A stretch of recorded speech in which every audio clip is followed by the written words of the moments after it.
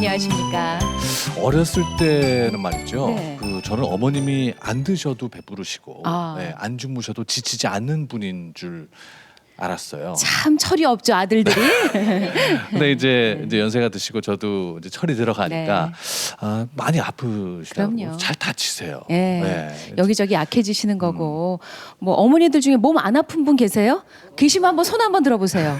아무도 없으시죠. 그만큼 다 우리 자식들 키우느라고 살림하시느라고 여기저기 아프신 데가 그렇습니다. 많죠. 근데 정작 어버이날 어른들 건강을 좀 챙겨 드리셨어요?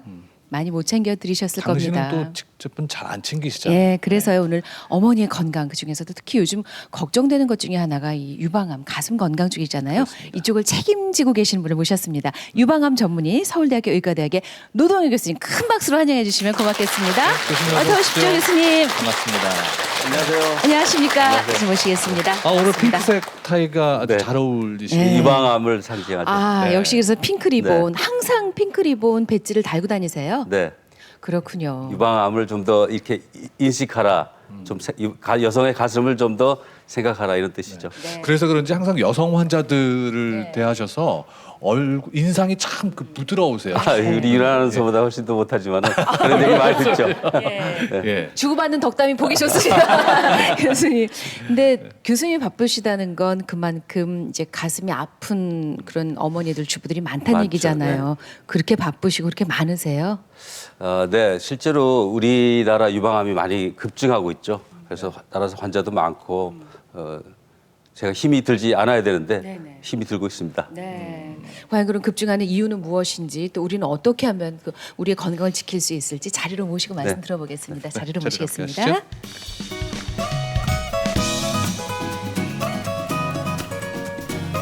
뭐 이금희 아나운서도 말씀하셨지만은 그 유방암 발병률이 늘고 있는데 특히 여성분들은 그 폐경기에 조심하셔야 될 것들이 많다면서요. 네.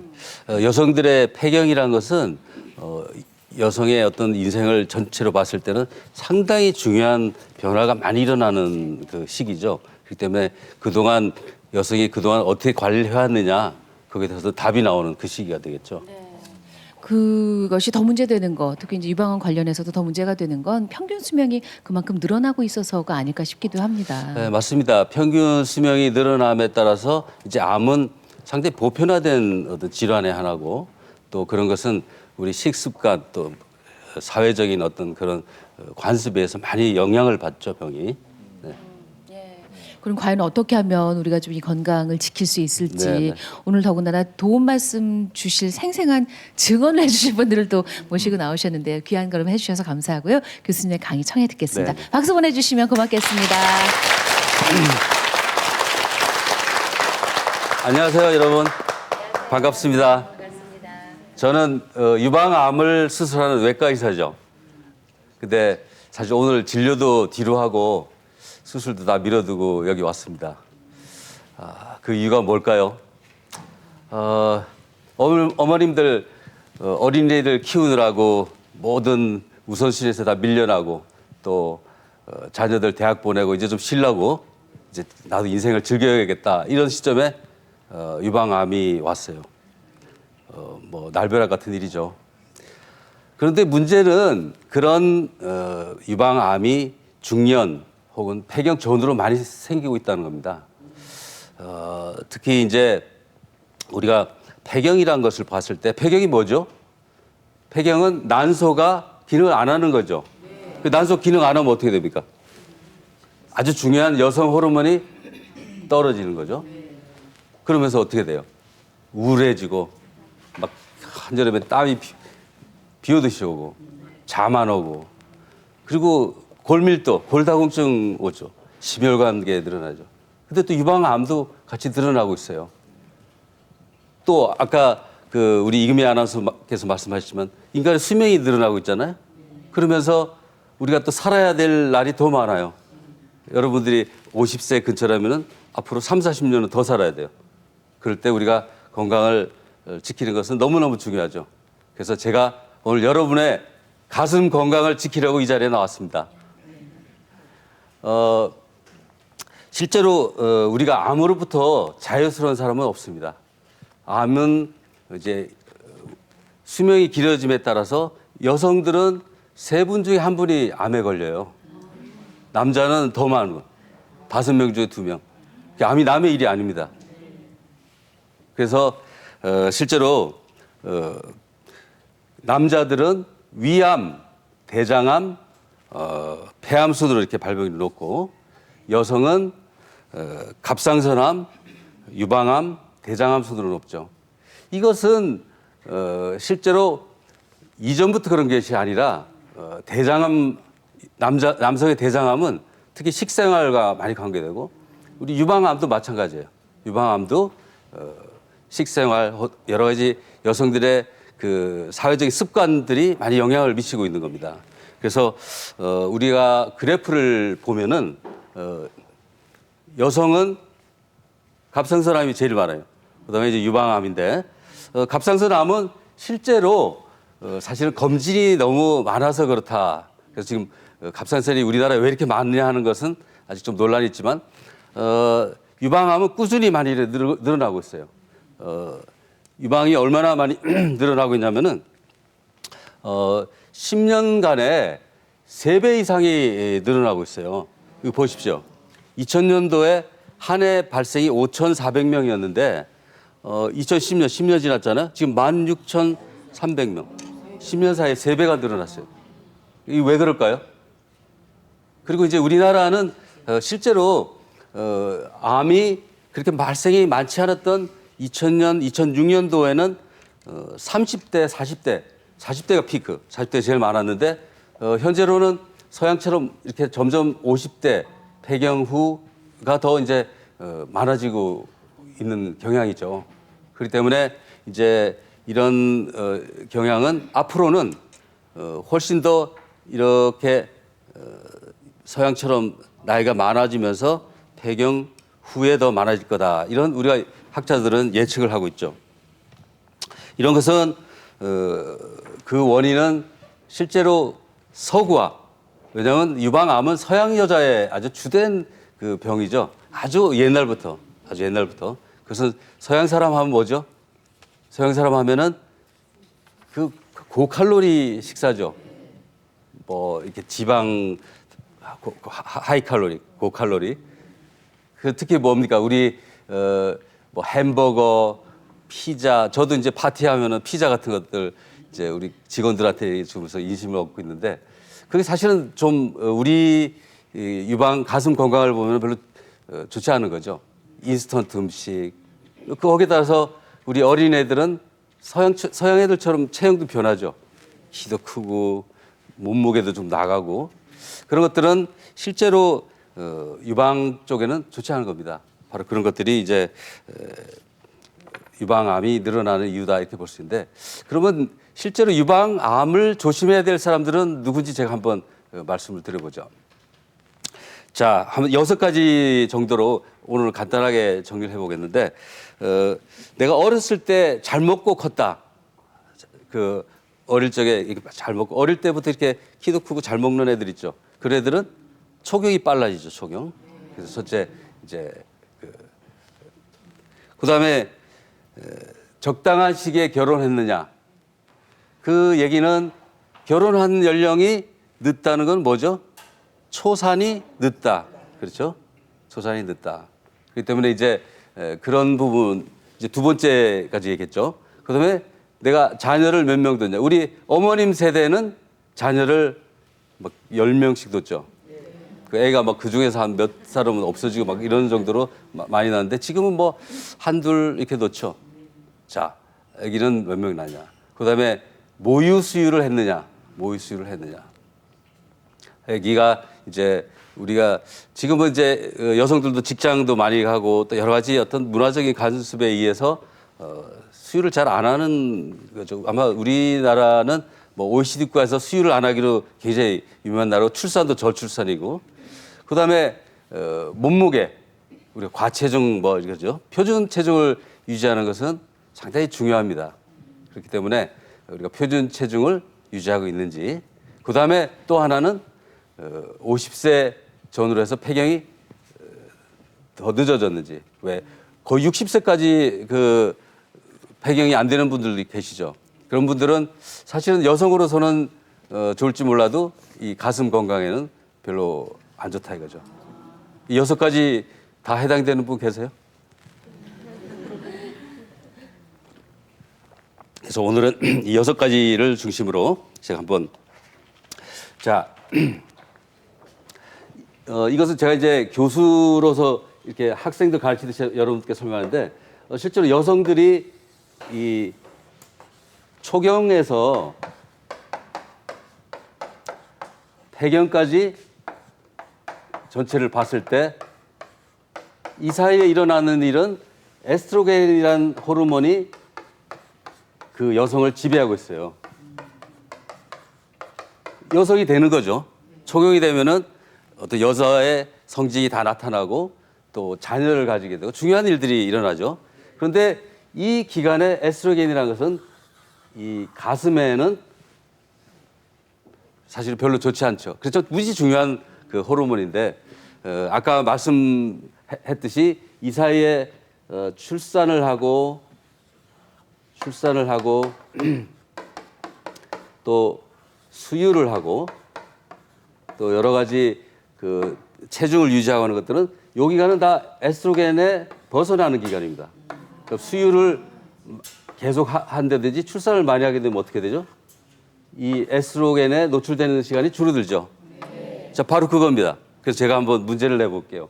50세, 지금 50세인데 이분은 15세에 초경을 했어요. 그리고 자녀가 10명이야. 그리고 또 똑같은 50세인데 이분은 초경을 13살에 했어. 근데 자녀가 1명이야. 이분이 에스트로겐에 노출된 기간은 35에서 10명을 넘으면 1년씩 애들 가지니까 25죠, 25. 이 사람은 35년 동안에 25년만 여성 호르몬의 폭로가 됐죠. 그 다음에 이분은 어떻게 되세요? 37에서 이래 보면 46년, 26년이죠. 아니다. 37에서 36년을 에스트로겐에 폭로가 됐죠. 그 어떤 분이 더 유방암에 많이 걸리겠어요? 1번, 2번. 2번이죠. 바로 이런 논리예요. 그러니까 지금 제가 오늘 설명하는 논리는 이런 에스트로겐에서 얼마나 벗어나느냐. 그런 얘기고. 그렇지만 에스트로겐은 굉장히 중요한 호르몬이죠. 에스트로겐은 여성에서 없어서는 안 되는, 남자와 구별이 되는. 왜 그 에스트로겐이라고 꼭 여자만 있는 건 아니에요. 남자에도 있어요. 우리 윤 아나운서처럼 피부가 매끈한 사람들, 또 드라마 볼 때 왜 남자들 잘 울잖아요. 그런 사람들은 에스트로겐이 많은 거예요. 근데 반대로 여성분들은 그 폐경이 되고 그러면 남성으로 면 안드로겐이 또 상대적으로 많아지죠. 씩씩해지죠, 일단은. 용감해지고 바로 그런 역할을 하는 거죠. 자, 그래서 그건 이제 유방암인데 실제로 그다음에 우리가 중요하게 생각해야 될 것은 과체중입니다. 지금 우리나라 여성들 뭐 남성도 마찬가지지만 잘 먹어가지고 과체중도 많죠. 근데 체중 빼기 그렇게 쉽지 않죠. 제가 이제 아침마다 환자분들부터 QA 질문 응답을 지금 10여 년째 받고 있는데 많은 그 질문들이 내가 체중을 과체중인데 뭘 먹어야 되느냐 안 먹어야 되느냐, 또 환자분들 외래에서 오면은 자기는 왜 아무것도 안 먹는데 공기만 숨만 쉬는데 이렇게 살이 찌느냐. 그게 사실은 거짓말이죠, 거짓말. 안 먹는데 살찌는 사람은 아무도 없어요. 근데 뭔가 어떤 형태로 드는 거예요. 그래서 저는 이제 입을 반만 벌리라고 그러든지 이렇게 요만큼 하고 숟갈을 아니면 티스푼으로 밥을 식사를 하시라고 그러든지 그다음에 중요한 건 운동이겠죠, 운동. 칼로리 소모를 해야 되니까. 그런 이제 그런 이제 그 방법이 있겠죠. 그러나 쉽지 않습니다. 제가 7년 전에 이 중에 마침 오셨는데 7년 전에 뵀는데 그때 유방암에 걸렸고 당시 굉장히 과체중이었어요. 그런 분이 한번 오셨는데 우리 정정자님 한번 얘기 한번 들어볼까요? 네, 저는 2006년 4월에 수술을 했어요. 했는데 그 당시에만 해도 키 159cm에 몸무게가 70kg 나갔어요. 네, 근데 현재는 58kg를 유지하고 있어요. 근데 수술 전에는 정말 운동이 그렇게 중요하다는 걸 몰랐어요. 근데 선생님께서 과체중이 유방암 걸릴 확률이 높다고 말씀을 하셔서 현재는 등산이랑 헬스 꾸준히 하면서 정상 체중 유지하려고 노력하고 있습니다. 대단하시죠. 70kg에서 58kg를 뺐어요. 12kg를 뺐는데 계산을 해보니까 53kg가 지금 표준 체중이더라고요. 제가 보기에는 뭐 그렇게 비만스러워 보이지 않는데, 그러니까 우리 무지 노력해야지 표준 체중 가지는 거죠. 5kg 더 빼야 되잖아요, 그죠? 예, 빼려고 꾸준히 지금 노력하고 있습니다. 근데 사실 이제 우리가 체중을 뺀다고 막 너무 스트레스 가지면 또 그게 또 살찌게 하는 원인이죠.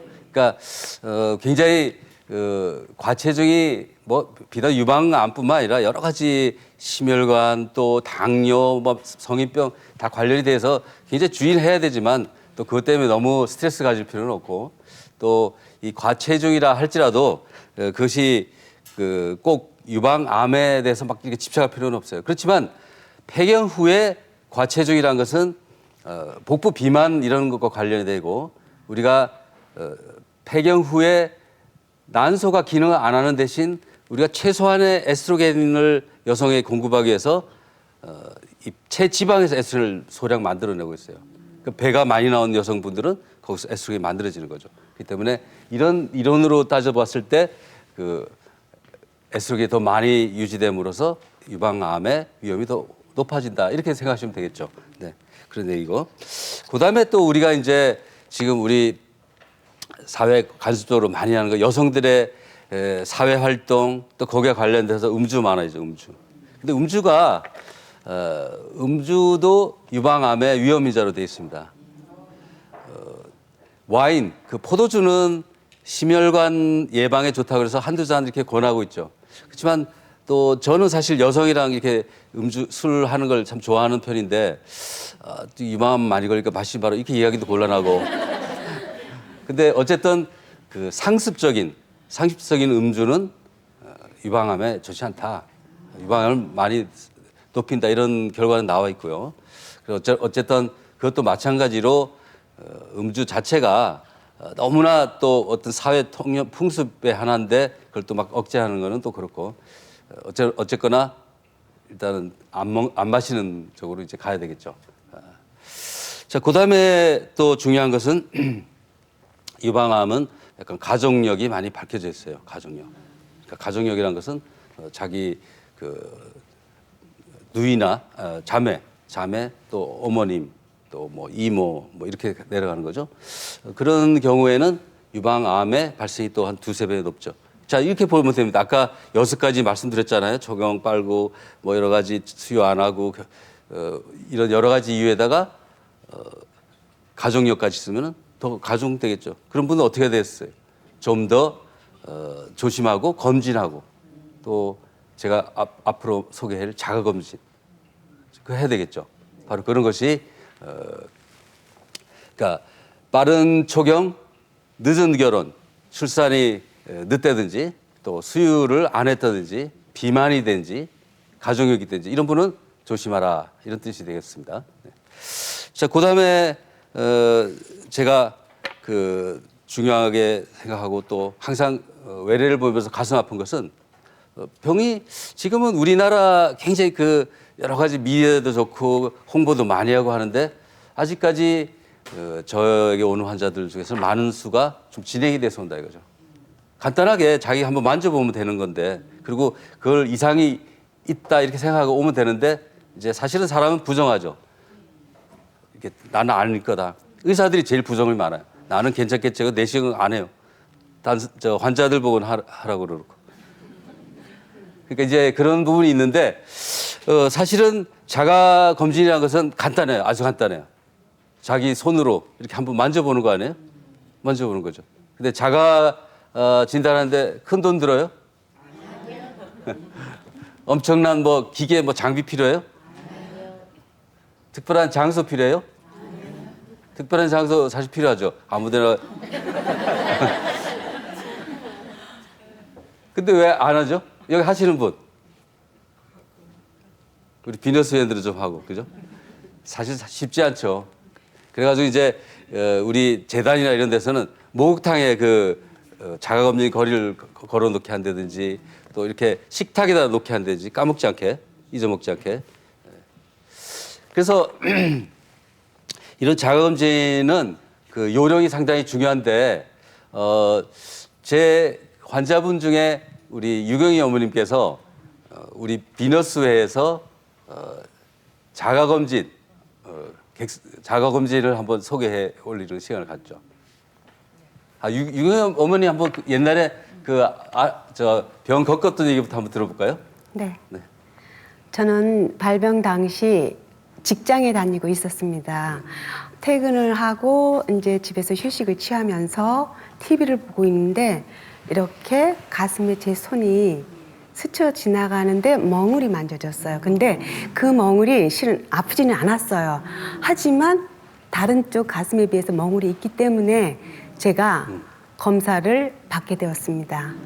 그래도 자가검진 중요하고 꼭 해야 된다는 얘기 많이 들었을 텐데. 네. 저 그 얘기는 많이 들었지만 제가 유방암에 대해서 너무나 알지 못했고 제가 그때까지는 유방암은 가슴도 크고 그 다음에 또 체격도 굉장히 좋으신 분들이 걸리는 줄 알고 있었기 때문에 좀 무심했었어요. 하지만 제가 얘 손끝에 그 멍울을 제가 발견을 했기 때문에 정말 자가검진이 중요하구나. 그때 만약에 발견을 못했으면 어땠을까 지금도 아득합니다. 예. 실제로 이렇게 스쳤을 때 뭐가 만져지고 느꼈을 때 병원을 가야 되겠다 하는 생각 자체가 굉장히 중요한 거죠. 예. 그래서 제가 제 환자분인데 이제 한 2년 전에 친구 병문안을 갔어요. 병문안 가서 뭐 가슴 아프죠. 근데 이제 마침 저희 병원이나 이런 데서 자가검진 많이 홍보하잖아요. 거기서 홍보해서 이제 그럼 나도 자가검진 해야 되겠다 해서 근데 자가검진 보면은 뭐가 다 만져지는 듯 하죠. 근데 이제 매달 하다가 괜찮겠지 하고 지나고 있는데 좀 딱딱하게 만져졌던 모양이에요. 그래서 이제 병원을 왔죠. 그랬더니 한 0.9cm. 우리가 이제 1cm 이하는 상당히 찾기가 힘들어요. 그 위치에 따라서 깊이에 따라서 다른데 이분은 0.9cm에 찾아서 아주 쬐끄만 수술하고 이렇게 끝날 수가 있었죠. 이런 게 자가검진의 아주 성공적인 사례라고 볼 수가 있죠. 자, 유경희 씨 아까 자가검진 하지 않으셨다고 그러는데 우리 환우회 비너스회에서는 자가검진 선생님을 만들어서 일반인들한테 시범을 보이는 조교를 이렇게 양성을 했어요. 그래서 우리 유경희 님이 그때 강사 맞죠? 유경희 님 한번 모셔볼게요. 박수 한번 보내주세요. 부탁드리겠습니다.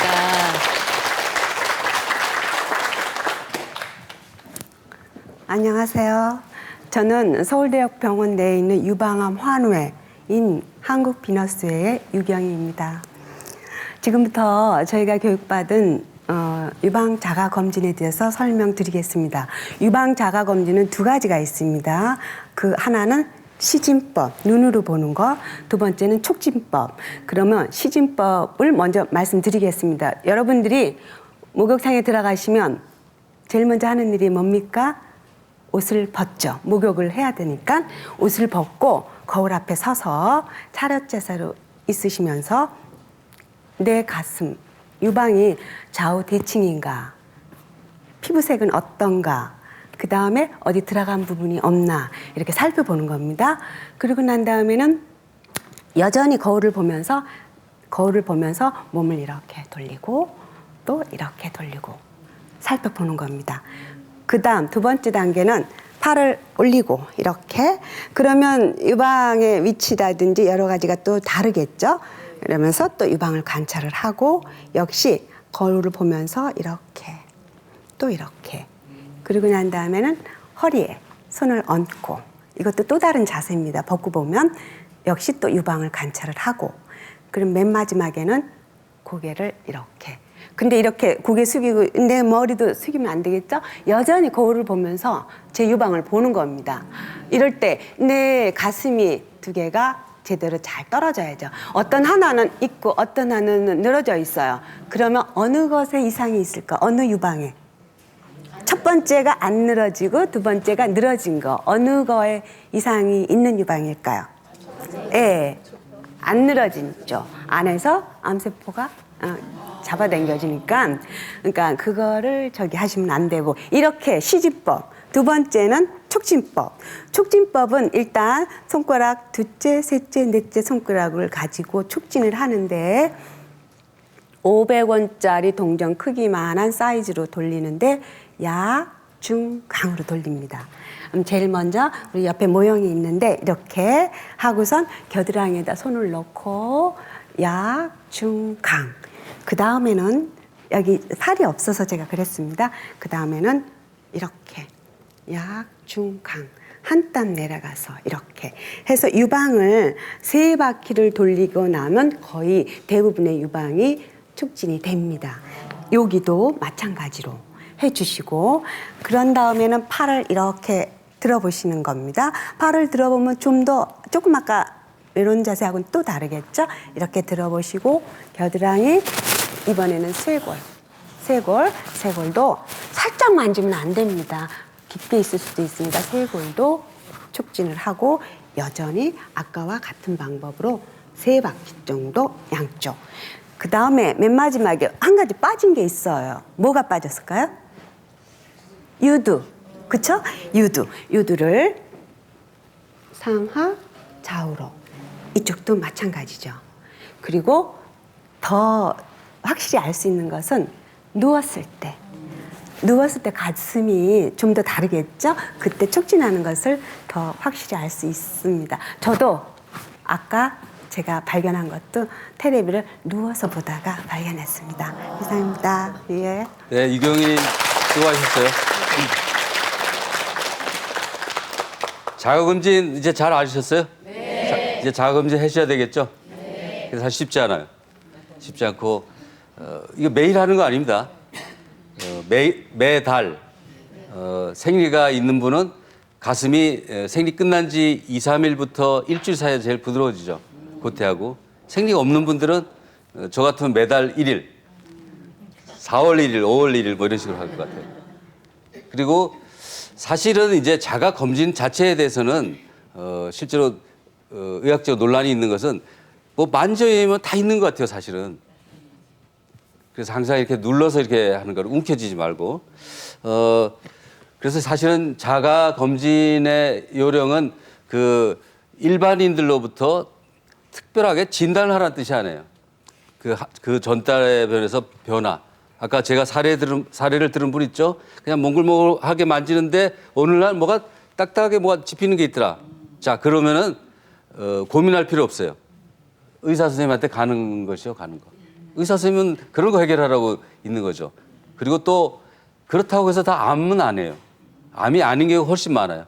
그러니까 여러 가지 이제 검진을 함으로 해서 불안, 두려움, 또 제대로 하지 못함으로 해서 생기는 오류들이 있지만 그러나 그것을 특별하게 관찰한다 하는 것은 굉장히 중요한 일이죠. 그리고 이제 우리가 특별히 우리가 주의해야 될 것은 뭐가 구체적으로 만져진다든지 유대 분비물이 나온다든지 또 피부가 변한다든지 이런 것은 병원으로 가면 되겠죠. 그게 꼭 암이다 이것은 아닙니다. 그런 얘기가 되겠죠. 제가 최근에 어떤 여성을 뵀는데 한 2년 전부터 멍울이 있었다 이거. 자가검진해서 멍울이 만져지고 그래서 병원 한번 갔어요. 병원 가서 초음파를 해봤더니 특히 젊은 여성들은 이렇게 결절이 많아요. 우리가 뭐 물혹이라고 그러기도 하고 유선증이라고 하는데 그런 것들은 되게 한 3, 4mm 아주 점 같은 것들이 많이 있죠. 그게 한 서너 개 만져졌나 봐요. 그래서 이제 이거 이제 필경 암일 거다. 그래서 막 긴장을 해가지고 이제 의사 선생님은 이것은 흔히 나타나는 어떤 물혹 또는 유선증이니까 6개월 후에 보자 이렇게 했어요. 근데 그 마음이 안 놓이죠. 마음이 안 놓여요. 그러나 그런 것들은 일단 관찰합니다. 심지어는 그러면 의사들은 이제 협박하는 거죠. 그럼 너 만약 6개월 후에 그게 하나라도 암이면 너 어떡할래? 그 전혀 다른 차원의 얘기예요. 의학적으로 6개월 후에 그럼 그게 혹시 암이었다 하더라도 전체적인 그 병의 경과나 진행에는 아무 문제가 없고 또 그것은 거의 99.9%가 암이 아니기 때문에 어떤 그 영향을 받잖아요. 그러니까 그런 때문에 걱정을 해야 돼요, 안 해야 돼요? 걱정하지 마세요. 그래서 정기 검진을 이제 의사들 유도를 하죠. 또 지나친 뭐 이렇게 조직 검사 이렇게 유도하는 것은 이제 좀 생각을 해봐야 되고 또 이제 어떤 분이 이래요. 그럼 매년 찍는 그 유방 촬영은 뭐 해롭지 않냐? 해롭지 않습니다. 의학적으로 쓰는 그런 촬영량은 상당히 엄한 감시를 받고 노출을 계산하기 때문에 실제로 우리가 통상 하는 그런 방사선은 해가 없다 이렇게 해서 안심하고 병원을 가야 된다. 자, 제가 이제 지금까지는 여러 가지 유방암에 걸리는 어떤 특히 폐경전으로 해서 그런 위험 그런데 치료에 대해서 이제 좀 설명을 해드리죠. 유방암의 치료는 제가 전공의를 막 시작할 70년도 초에는 다 요만한 암도 다 전절제했어요. 별로 뾰족한 방법이 없다 생각했죠. 암이란 것은 그렇게 해야만 치료가 된다 생각했죠. 그렇다면 충격이 크죠. 암에 걸렸다는 자체도 상당히 이제 충격이 큰데 가슴까지 또 다 전제를 했다. 실제로 이제 여성한테는 굉장히 또 중요한 어떤 미용적인 부분이고, 그래서 실제로 우리가 이 사진에서 보듯이 한쪽 가슴이 저렇게 없어졌잖아요. 저것이 상당히 흔한 암이었다. 그러나 이제 그 후로 유방을 보존을 하게 됐어요. 이제 보존해도 안전하다. 특히 이제 보존 후에 방사선 치료를 함으로 해서 잘 보이시는지 모르는데 여기 테이프가 붙어 있는 부분이 수술한 자리인데 거의 크기랑 우리 여성의 미용으로는 이 유두의 그 균형을 상당히 중요시 생각하는데 뭐 별 차이 없죠. 그리고 크기도 별 차이 없고 요만큼 수술한 거예요. 이렇게 이제 의학이 발달한 거죠. 방사선을 같이 함으로 해서 이제 유방을 보존할 수가 있다. 지금은 이제 상당히 보존율이 높아져서 우리나라는 최선진국 약 70% 가량이 보존이 되고 있어요. 즉 다 전절제를 안 한다. 그리고 또한 그뿐만 아니라 유방을 전체 절제했다 하더라도 동시 복원 수술이 가능해요. 동시 복원. 제 환자분 한번 소개하면은 한 3년 전에 상피암으로 상피암은 연기암, 암이 막 상피에 갇혔다 그래서 상피암인데 이 상피암은 또 의외로 한 군데만 국한되어 있는 게 아니라 이게 광범위하게 있는 경우가 많아요. 그래서 사실은 생명에 큰 위협은 없지만은 수술 범위는 아주 커요. 그래서 사실 의사들도 곤혹스러운데 그래서 이제 이런 경우에는 제가 이제 동시 복원을 한번 생각을 했죠. 동시 복원이라는 것은 이 저희들이 제일 많이 하는 것은 복부에 있는 피부와 지방, 근육, 통째로 이제 절제된 부분을 이렇게 옮기는 거죠. 여기 있는 부위를 이렇게 메꿔 놓는 거죠. 보십시오. 뭐 거의 잘 모르겠죠. 흉터와 관리. 그리고 또 하나의 장점은 배도 날씬해지죠. 일거양득이죠. 우리나라 성형 굉장히 발달해 있죠. 그래서 이런 그 재건술 이것이야말로 이제 성형의 그 첨단이라고 볼 수 있죠. 재건술을 해서 그 상실감을 줄여준다 이런 거죠. 자 그리고 그렇게 해도 치료가 좀 힘든 좀 진행된 경우들이 있죠. 진행된 경우 그런 경우에는 또 방법을 찾았어요. 방법을 찾은 것은 우리가 항암제 굉장히 좋은 항암제들이 많죠. 더기 요사에는 표적치료제라고 그래서 특이한 유전자가 있다면 그 유전자를 공격하는 거예요. 상당히 첨단이죠. 그런 것들이 이제 같이 고려가 돼서 수술 전에 항암을 먼저 하는 거예요. 그럼 어떻게 되죠? 줄어들죠. 어떤 게 없어지기도 해요. 다 그런 경우는 아니지만. 그래서 선택적으로 그렇게 해서 또 보존을 할 수가 있겠죠. 마침 여기 오늘 김승현 어머님 모셨죠? 2010년에 저한테 오셨고 그때 이제 항암을 먼저 치료를 해서 지금은 상당히 이제 성공 예로 보는데 우리 김승현 어머님 한번 얘기 들어볼까요? 제가 유방암에 대해서 너무 모르고 관심도 없고 그러다 보니까 이제 뭐 자가 진단조차 한 번도 안 해봤어요. 그러다 보니까 암을 아주 3기까지 크게 키워가지고 잘 키워서 병원에 갔어요. 그래가지고 병원에서는 그 진단받은 병원에서 살리기는 좀 힘들 것 같다. 그러니까 전절제를 해야 안전하다. 그런 말을 들었거든요. 근데 저는 죽고 사는 문제보다 그게 더 걱정이, 그것만 오로지 고민이 되는 거예요. 그래서 이거밖에는 방법이 없을까. 그래서 결국 노 교수님을 찾아가게 됐거든요. 교수님도 처음에는 이제 워낙 진행이 돼서 전절제 얘기는 하셨지만 제가 너무 거부감이 심한 것을 벌써 눈치채시고 선항암 얘기를 선행으로 하는 항암 얘기를 하시더라고요. 약 70% 정도에서 줄어드는 효과를 보인다. 그래서 수술을 보류하고 항암 먼저 시작하게 된 거죠. 그래서 이제 희망을 찾으신 거죠? 예, 그 항암 하면서 굉장히 많이 밝아지고 막 저는 왜냐하면은 항암 자체가 굉장히 힘든 일인데 그 이것만 참아내면은 그 전절제 면할 수 있다 그런 희망에 저는 오히려 뭐 더 즐겁게 지냈었던 것 같아요. 그러다 보니까 한 2차 정도 돼서 선행을 항암할 경우는 이렇게 수시로 체크를 해야 되거든요. 그래서 CT를 찍었는데 반 이하로 줄었더라고요. 영상을 제가 직접 봤는데. 네, 그래서 반 이하로 줄어가지고 굉장히 효과가 이제 그 이후로는 조금씩 줄긴 했는데 처음에 굉장히 많이 줄었어요. 그리고 한 4, 5차 정도 항암 후에 노 교수님을 뵀는데 그때 모양을 살릴 수 있을 것 같다 그런 말씀 들었어요. 그래서 그 이후로는 너무 제가 아무 걱정 안 하고 수술을 받게 됐는데 결국은 교수님 말씀대로 모양을 잘 살려서 그래서 부분만 절제하고 이렇게 될 수 있었습니다. 너무 감사드립니다. 네, 상당히 성공적인 사례죠. 저한테 감사할 게 아니라 우리 의학의 발달에 감사드려야 되고요.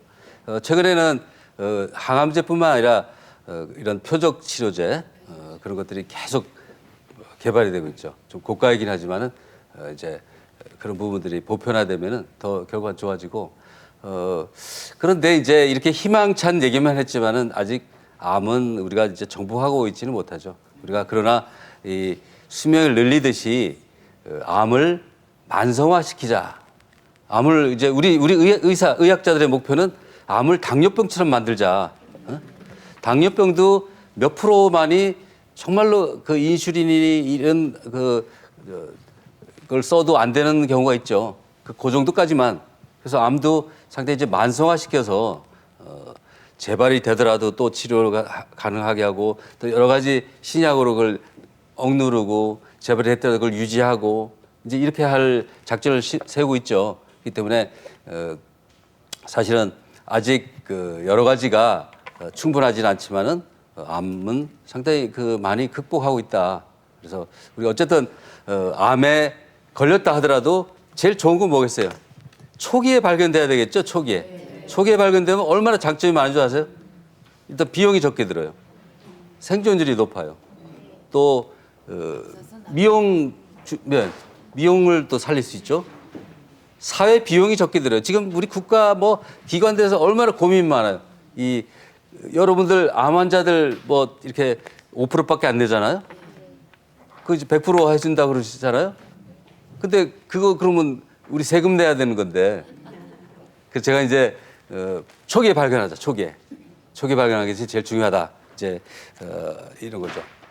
자, 우리가 이제 치료 후에도 또 중요하죠. 옛날에 암 하면 어떻게 했습니까? 이렇게 얘기했죠. 사형 선고. 소설이나 영화는 다 암으로 해서 이렇게 어떻게 결말이 나는 걸로 이렇게 다 슬픈 얘기를 했지만 지금은 사실 그렇게 생각할 필요가 없죠. 물론 아직 좀 예후가 나쁜 암들도 있죠. 그래서 실제로 암을 극복하고 자기의 원래 생활로 돌아가게 하자. 이게 굉장히 중요합니다. 의학도 병원도 치료 후를 이제 굉장히 중요하게 생각하게 됐어요. 옛날에는 죽는 사람 살려서 물에 빠진 사람 건져만 놓고 그냥 팽개치고 갔는데 지금은 안 그래요. 물에 빠진 사람을 건져놓고 옷도 갈아입히고 그 사람 집까지 다 모셔다 드리고 이렇게 하는 그런 것이 바로 생애 전 주기의 어떤 케어라고 그러죠, 케어. 자, 거기에서 우리 또 비너스회를 빼놓을 수가 없죠. 그 비너스회는 실제로 우리가 2000년도에 만들었죠, 그죠? 우리 비너스 회장님도 와 계시지만은 동병상련, 서로 그 아픔을 나누고 또 여러 가지 공감대를 가지고 또 이제 그 극복하는 거죠. 이분들은 히말라야도 올라가고 또 여기 한번 보시죠. 저랑 히말라야 갔습니다. 히말라야도 가고 실제로 이 아픈 분들이라서 저는 굉장히 용감하게 올라갔는데 그때 5,000m까지 올라갔는데 저는 끝에서 결국 못 올라갔어요. 한 300m 나도록. 근데 오히려 환자분들은 뭐 올라가셨죠. 그 의지. 내가 병을 이길 수 있다. 뭐 그 독한 항암제로 해서 다 했는데 왜 못 이기냐. 실제로 고산에 올라가면 항암제 주사 맞는 거가 똑같은 효과가 있어요. 머리 아프고 머리가 빠지지는 않더라고요. 그 제일 고통스러운 건 이 구토 미식거린 거. 그래서 저는 그거 못 견디고 내려왔는데 저분들 몇 분은 워낙 옛날 한번 세게 한번 구토를 했으니까 올라갔죠. 마라톤 하죠. 이제 이번 일요일 날은 대전에서도 마라톤 하는데 저런 부분들은 상당히 그 사회의 긍정적인 면을 가지죠. 아까 말씀드렸지만은 암은 이제 보편화된 질병입니다. 남자들 5명 중에 2명이 걸려. 그 암이란 것을 뭐 누가 특별한 사람이 걸린 거다 이렇게 생각할 병이 아니죠. 그래서 이런 부분들은 우리가 전체적으로 사회에서 그 암 자체를 같이 공감하고 이렇게 같이 편안하게 얘기하는 그런 진짜 질환으로 받아들여야 된다 하는 거죠. 다시 얘기 드리지만은 유방암, 뭐 유방암뿐만 아니죠. 제일 중요한 게 뭐죠? 예방입니다. 예방. 오늘 특별하게 중년 근처 폐경 전후를 말씀드리지만은 오늘도 이제 그 우리 유방센터는 거의 매일 한 250에서 300분의 그 환자분들이 오는데 사실 저는 그런 환자분들이 훨씬 더 줄었으면 좋겠어요. 좀 더 적게 오고 병원은 좀 경영이 나빠지겠지만은 그래서 제가 아까 말씀드렸지만은 초경을 빨리 하고 초기 빨리 한다는 건 이런 이론이죠. 그다음에 이제 결혼을 늦게 하고 그러니까 첫 출산이 늦어진다든지 또 모유 수유를 안 하고 또 아이를 적게 놓고 아니 많이 넣으라는 뜻이죠. 다산 무지 중요한데 지금 우리 사회가 그를 썩 받아들이지 못하고 있죠. 사회가 못 받아들이는 건지 누가 못 받아들이고 있죠. 또 가족 중에 유방암 환자가 있는 분, 또 과체중인 분 이런 분들은 어떻게 해야 된다고 그랬죠? 그렇죠. 자가 검진하고 정기 검진해야 되겠죠. 검진하고 그리고 이제 저기를 그런데 이제 거꾸로 그러면 내가 초경이 이미 해버렸는데 어떻게 해요, 그죠? 되돌릴 수가 없죠. 또 아기는 뭐 폐경 근처 가면 아기 못 놓잖아요, 그죠?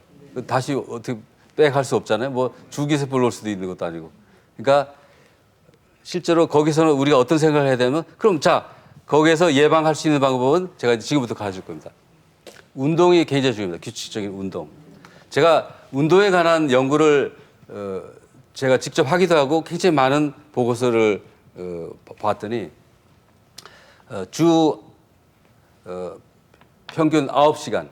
근데 그것보다도 하루에 30분씩 주 5일 땀이 날 정도의 운동. 그건 뭐 적어도 이렇게 마라톤 정도는 안 돼도 조깅 정도는 해야 되겠죠. 그걸 했더니 유방암의 예방이 30% 이상. 심지어는 유방암에 한번 걸렸던 분들이 재발이 한 50% 이상 줄었다는 거예요. 그러니까 굉장히 그 운동이 좋죠. 제가 기억하기라도 여성들 운동하는 마라토너나 뭐 이런 분들은 유방암이 걸렸다는 얘기를 제가 들어보질 못했어요. 그러니까 그것은 이제 뭐 뛰라는 건 아니고 운동이 그만큼 중요하다. 그다음에 또 하나 우리가 잊지 말아야 될 것은 표준 체중. 체중을 적절하게 조절하는 게 중요하죠. 근데 사실 뭐 얼마나 어렵습니까? 저도 약간 과체중인데 그런 체중 조절하는 게 상당히 중요하죠. 체중 조절은 사실 나이가 들면 들수록 또 더 어려워져요. 아주 나이가 들면 오히려 또 그 위장관의 기능이 떨어져서 그렇지만은 왜냐면 중년 되면은 기초 대사량이 떨어져요. 대사량이 떨어진다는 거는 써먹질 못하는 게 태우질 못하는 거죠. 근데 먹는 거는 비슷해. 그리고 또 더 먹어. 식욕이 막 좋아져가지고. 그러니까 그 상당히 저희 그 외래에서 오는 환자분들도 선생님 왜 저는 체중이 안 빠지냐 그러는데 자세히 보면은 가만히 운동을 안 하는 거죠. 운동을 좀 더 하고 먹는 것도 줄이고 여러 가지 슬기롭게 해야지 그 살이 빠지는데 그러지 못하고 있는 거예요. 그래서 운동을 열심히 해라. 자, 두 가지죠. 규칙적인 운동, 체중 유지. 체중 유지하려면 또 우리 식단이 중요하죠. 식단. 저한테 아침마다 오는 질문 중에 굉장히 많은 부분은 선생님 저 어떻게 먹어야 되냐 이거죠. 어떻게 먹어야 되냐. 굉장히 질문이 많아요. 어떻게 먹어야 되죠? 먹는 거 쉽지 않죠. 그래서 저는 이제 환자분들한테 주의하는 거는 칼로리를 너무 높여 먹지 말라. 너무 고칼로리를 먹게 되면은 일단 여러 가지 질병에 유도되죠. 그러니까 이제 뭐 균형 잡힌 식사가 중요하고 또 이 튀기고 볶고 하는 그런 이제 먹는 거 있잖아요. 먹는 거. 그런 것도 피해야 되겠죠. 그리고 이제 굽거나 찌고 삶는 거 그런 게 더 낫고 또 우리 중요하게 생각하는 건 뭐죠? 야채, 과일. 이것은 이제 항산화 음식이라고 그러죠. 그래서 하루에 저희들은 세 끼를 골고루 드시고 약 5찬 정도는 야채나 과일을 되게 권하고 있어요. 그 상당히 근거가 있는 얘기고 또 흰 쌀밥보다는 이제 잡곡밥 같은 거 게 좋겠죠. 그걸 뭐 다 상식적으로 알죠. 그다음에 이제 또 우리 오메가3 하는 거 오메가3 많이 들어봤죠. 일본 먹기도 하고 그 등푸른 생선 또 여러 가지 이제 견과류 이런 것들이 좋겠죠. 또 그다음에 아까도 말씀드렸지만 술, 담배 요새 여성들 사회생활에 따라서 그런 것들이 많이 있는데 술, 담배. 그다음에 이제 제가 또 항상 강조하는 것은 이런 것들이 어떤 생활 습관처럼 돼야 된다. 생활 습관. 뭐 내가 인위적으로 한 겁니다. 여러분들 이제 이렇게 그 살아가는 과정에서 우리가 폐경까지 이르는 데는 굉장히 많은 자기의 어떤 습관, 라이프 스타일이라고 그러죠. 라이프 스타일. 결혼을 하고 또 술, 뭐 담배 이런 것도 다 어떤 라이프 스타일이죠. 그 스타일을 견고하게 쭉 가야 된다 이런 얘기죠. 갑자기 내가 지금 강좌를 들었으니까 뭐 바꾼다. 뭐 지금이라도 늦었을 때가 이르다 그러니까 바꾸는 것 좋지만은 실제로 굉장히 여러분의 자녀 때부터 이런 것이 훈련이 돼 있어야 돼요. 그래서 저는 그거를 문화라고 그래요. 문화. 어떤 문화적으로 해결하자. 문화라는 것은 뭐죠? 우리가 아침에 만나면 인사하고 하는 건 문화죠. 또 일본 사람들 어릴 때부터 등교하는 거 자전거 타고 대부분 다녀요. 가까운 데는. 그래도 한 10km 정도 되는 거리를 자전거 타고 가더라고요. 일본들 노인들 보면은 이 게이트볼 같은 거 하고 있잖아요. 그 노인분들 가서 이렇게 제법 젊어 보이는데 여쭤보면 되게 80세 이상이에요. 그래서 일본 사람들은 굉장히 건강한 문화를 가지고 있는 건강한 문화. 우리나라는 아직 그런 정도로 건강한 문화를 가지고 있지 못해요. 뭐 술, 담배 막 용감하게 먹고 피우면서도 나 괜찮아 뭐 이러고 버티는 게 아직 우리나라 문화죠. 이제 그런 분들이 이제 어떤 문화적으로 해결해야 된다. 그래서 문화적으로 해결하려면 어떻게 해야 되죠? 운동을 해서 그 건강을 할 수 있다니까 하는 게 아니라 그냥 보통 걸어 다니는 거예요. 걸어 다니고 또 식사 같은 것도 자체가 이게 좋다 나쁘다 뭐 이렇게 해서 굉장히 따지게 되면 사실 골치 아파요. 어떤 식단 자체가 하나의 문화면 되죠. 그래서 제가 자주 드리는 얘기는 우리 종래 어머님이 해주는 찬을 한번 생각해 보자. 그 어머니 찬이 뭐죠? 김치, 시금치, 뭐 거기다 멸치, 된장 굉장히 좋죠. 그 콩이라는 것은 우리 몸에 특히 여성한테 굉장히 좋다고 그러죠. 그렇다고 또 콩을 또 무지 많이 먹는 사람도 있어요. 콩을 뭐 까만 콩, 노란 콩, 뭐 빨간 콩 해가지고 막 그건 또 곤란하지만은 우리가 그런 것을 어떤 하나의 그 습관적으로 그 문화를 만들자. 그래서 저는 이제 문화 운동을 지금 하려고 그러는데 그런 부분들을 문화화하려면 여러분들이 이제 동참을 해야 해요. 동참. 그 캠페인 같은데 동참하고 제가 그 마라톤 있잖아요. 핑크리본 마라톤. 그 마라톤 하는 이유는 여성들이 유방암에 대해서 어떤 인지도를 높이는 거예요. 인지도. 내가 유방암에 뭐 안 걸려야겠다 이런 것보다는 유방암이라는 것은 우리 여성한테는 상당히 위협적이고 중요하다. 내가 관심을 가지자. 관심을 가지게 하는 것이 그런 게 이제 문화죠. 그래서 지금 이제 우리 그 핑크리본 마라톤 같은 경우는 1년에 약 4만 명이 그 동참하고 있죠. 서울대에는 10,000명이 동참하고. 굉장히 기적적인 그런 사건인데 어쨌든 우리가 이제 여러분들이 가슴을 제가 지켜준다는 그런 의미에서는 이 5가지 또 6가지 해서 뭐죠? 자가검진 또 여러 가지 그 생활 방식을 또 좀 좋게 해야 되고 자가 진단해서 하여튼 여러분들이 절대로 두려워할 필요 없어요. 뭐가 만져진다 하는 것은 여러분들이 만져지는 거고 우리 의사들이 만지는 거랑은 전혀 또 다른 차원의 얘기입니다. 그렇기 때문에 자가 검진을 해서 거기서 무엇이 맞아서 두려울 것이 아니라 의사한테 가야 된다 말이다. 의사들 그냥 가면 됩니다. 가면 돼. 그래서 만나는 거를 두려워하지 마라. 그것이 되겠습니다. 실제로 오늘 제가 말씀드린 것은 폐경 전후의 얘기인데 이런 것들은 그 어린 자녀 또 젊은 여성한테도 예외가 될 수 없습니다. 그래서 마지막으로 제가 이런 부분들이 꾸준히 유지돼서 가야 되겠다. 그리고 이런 것은 하나의 습관으로 관습으로 자리를 잡도록 우리가 다 같이 애를 써야 되겠다. 그러면은 가슴 건강은 저절로 지켜진다. 이렇게 해서 마무리 짓고 싶습니다. 감사합니다. 감사합니다. 강의 잘 들었습니다. 그렇습니다. 예. 물 한 모금 드세요, 교수님. 강의 잘 들었습니다. 네. 이제 말씀 중에 그 중년 여성 위주로 오늘은 말씀을 해주셨지만 끄트머리에 젊은 여성이라고 해서 또 연세 드신 어르신들이라고 해서 방심하면 안 된다고 하셨잖아요. 네네. 실제 교수님이 만나보셨거나 아니면 학계에 보고된 사례 중에 어린 여성 또 나이 연세 드신 여성은 몇 살부터 몇 살까지 있었습니까? 제가 본 젊은 여성은 10대에도 있었습니다. 10대 있고 또 아주 어린 애기 꼬맹이한테도 있어요. 그런데 그거는 이제 실제로 암 세포지만은 문제가 없는 그리고 우리나라는 이제 유방암이 이렇게 보편화되면서 중년 이후로 이렇게 넘어가는 단계지만 그 전에는 특히 우리나라 경제나 이런 것들이 급격하게 변했잖아요. 그래서 그 노출된 연령이 젊은 층에 와서 사실은 젊은 층이 상당히 많았죠.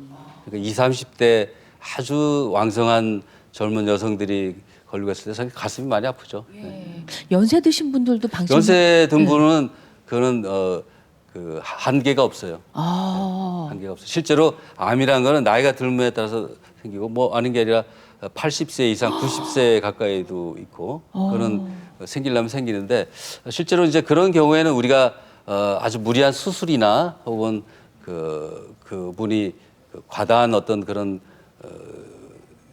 부담을 안 주기 위해서 다른 약제를 쓰거나 우리가 또 그런 또 방안을 마련하고 있죠. 남자도 그러니까 유방암이 생길 수 있다 가능성은 있는 건가요? 남자 유방암 생길 수 있어요. 남자분들 제가 좀 많이 봤는데 예. 그거는 이제 우리 인체란 것은 남자는 안드로젠 남성 호르몬이 있고 여성은 여성 호르몬만 있고 이렇지 않아요. 그러니까 어떤 호르몬이 어떤 그 균형을 이루면서 이렇게 있는 상황이기 때문에 남자도 왜 사춘기 때 이렇게 젖먹이를 쓰잖아요. 그리고 또 어떤 때는 여성형 유방이라 해서 뽕긋해지는 경우 있잖아요. 그렇다고 꼭 유방암이 많이 걸린 건 아니지만 남성도 예외가 될 수는 없어요. 그러나 매우 드물죠. 네. 걱정하지 마세요. 그러니까 남성들 같은 경우 그냥 건강 검진 할 때 그냥 한번 점검해 보는 남성은 정도? 이제 오히려 더 쉽게 만질 수 있죠. 목욕할 때 일부러 여기를 안 만지면 몰라도 여기 만지면 금방 표시나기 때문에 네. 그렇지만 간과하지는 마라. 뭐가 만지어지고 이렇게 궤양이 생기다 피부가 변하면은 병원에 한번 가면 되는 거죠. 저는 그 유방암 아내 유방암 예방을 위해 남편의 역할은 뭘까 좀 고민해봤는데 아까 예. 에스트로겐 노출을 말씀하셨잖아요. 그러면은 저는 둘째를 낳은 지 얼마 안 되는데 그럼 셋째를 갖는 게 그냥 셋째 갖고 싶다고 에스트로겐 하세요. 노출을 적게 하기 위해서는 그렇죠. 셋째 가지는 거 매우 중요하죠. 셋째부터는 이제 국가가 또 키워준다 그러잖아요. 실제로 유방암에 걸려서도 남편의 역할은 매우 중요하다고 볼 수 있어요. 이제 그래서 저희가 이제 아예 학술적으로 그 파트너의 어떤 역할, 실제로 우리가 암에 걸리고 중한 어떤 상황에 빠지면은 옆에 누가 있냐 없냐가 상당히 중요하죠. 동반자. 네. 그렇기 때문에 그런 남편의 역할은 저희들이 관찰해 보면은 그 남편이 잘 지지를 해주고 안 해주고에 따라서 상당히 그 많이 영향을 받고 우리 비너스의 한 분은 남편분이 색스폰도 불어주고 아주 그래서 행복하게 살죠. 그래서 어떤 분은 이래요. 나는 차라리 유방암에 걸린 게 더 낫다. 그 후로는 생활이 더 공주님처럼 모시고 온 가족이 엄마는 이제 여행도 만들어 갔다 오고 남편도 그동안에 남편이 굉장히 권리를 주장하고 그랬는데 이제 그게 바뀌는 거죠. 그렇기 때문에 잘 걸렸다는 사람도 있어요. 심지어 아니 오늘 여러분이 나오셨으니까 혹시 이 중에서 내 남편이 정말 이렇게 해줘서 내가 병을 이겨내는데 도움이 됐다거나 우리 가족을 자랑하실 분 계시면 마이크를 좀 들어주시겠어요? 손 한번 들어보시겠습니까? 본인의 사례도 좋고요, 주변에서 들은 사례도 좋고 아마 지금 방송 보시는 그 환우들이나 가족들에게 도움이 될 것 같거든요. 네. 마이크 좀 혹시 들어서 말씀해주실 분 계시면. 쑥스러워하시네요. 우리 회장님 하시죠. 예. 유경희 선생님, 유경희 씨께서 말씀해 주세요. 예. 네, 저는 암에 걸려서 행복한 여자가 됐어요. 말씀하신 대로 우리 애 아빠가 저랑 동갑이었기 때문에 그 동갑들의 그 특유의 그런 거 있잖아요. 약간 권위적인 거. 근데 암에 걸리고 나니까 남편 친구분들 많이 위로해주고 죽도 사다 주고 나중엔 정말 전복죽이 지긋지긋해서 먹기가 싫을 정도로 잘해줘요. 그래서 지금은 제가 가끔 전원주택에 가서 남편하고 주말은 거기 가 있습니다. 예. 아유, 부럽습니다. 회장님께서도 한 말씀 좀 해주시죠. 예, 가족들의 역할이 얼마나 중요한지 본인의 사례나 주변의 사례를 좀 말씀해 주시면 고맙겠습니다.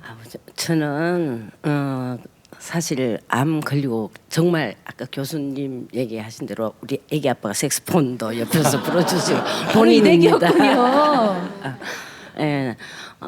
저는 저 수서에 그 공기가 좀 안 좋은데 그때는 걸렸을 때 안 좋다고 보다는 지금은 굉장히 좀 안 좋았어.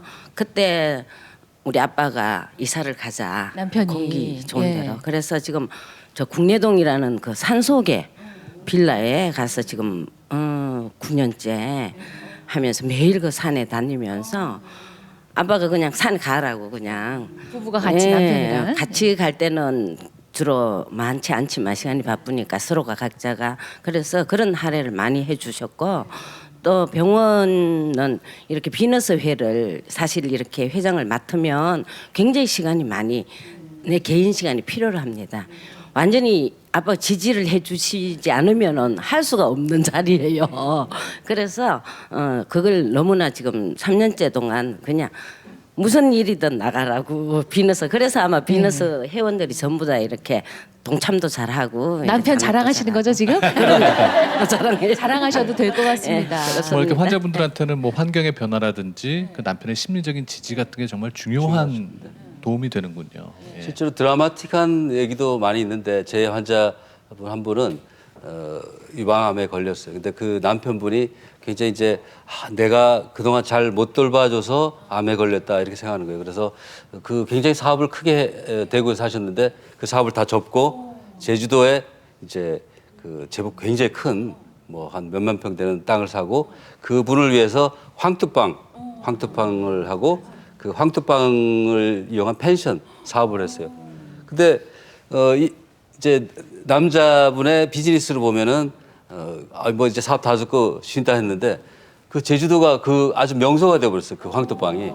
그리고 물론 그분은 더 건강해지고 지금 10여 년째 아주 건강하신데 그런 거는 그 남편이 그 얼마나 극진하게 그 부인을 위해 생각하는데 그거는 뭐 아주 해피엔딩 정도가 아니라 우리가 그 하나의 질병을 거침을 해서 더 좋게 된 어떤 그런 전화 위복이 됐네요. 네, 그렇죠. 하나 더 궁금한 게 있었는데요. 아까 이제 운동에 관해서 교수님께서도 직접 연구하시고 또 학술 보고도 많이 읽으셨다고 했잖아요.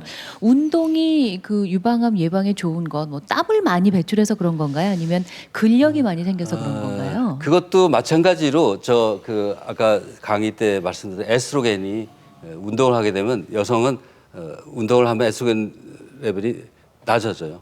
네, 낮아져요. 그러면 이제 왜 운동을 많이 한 여성분들은 근육질이 되잖아요. 그거는 이제 약간 남성 호르몬에도 우위에 가 있다 이렇게 볼 수 있는 거죠. 그러니까 역시 에스트로겐 호르몬으로 설명을 할 수 있어요. 네. 운동량이 또 영향을 미치는군요. 그렇죠. 교수님은 근데 본인의 스트레스는 잘 다스리십니까? 워낙 환자들을 많이 보시기 때문에 또 저는 솔직한 얘기로 그 의사로서는 환자분들과 가장 많이 어울리는 의사 중에 한 사람입니다. 의사가 환자를 보는 진료실에서도 스트레스가 많은데 또 바깥에서도 환자분들을 만난다 해서 좀 이상하다, 스트레스가 더 쌓이지 않는데 사실은 거기 스트레스 풀어요. 오, 화면들하고 같이 함께. 산도 뭐 히말라야뿐만 아니라 뭐 백두산, 한라산, 설악산 저는 어떤 때는 기다려져요. 예. 왜냐면은 저는 거기 이제 강제로 끌려가 버리면 되니까. 그래서 그것이 이제 스트레스 그렇게 풀고 있죠. 그렇게 말씀하시니까 더 멋있어 보입니다. 감사합니다. 서울대학교 의과대학의 노동현 교수님께 큰 박수 보내주시기 바랍니다. 고맙습니다. 감사합니다. 감사합니다. 고맙습니다.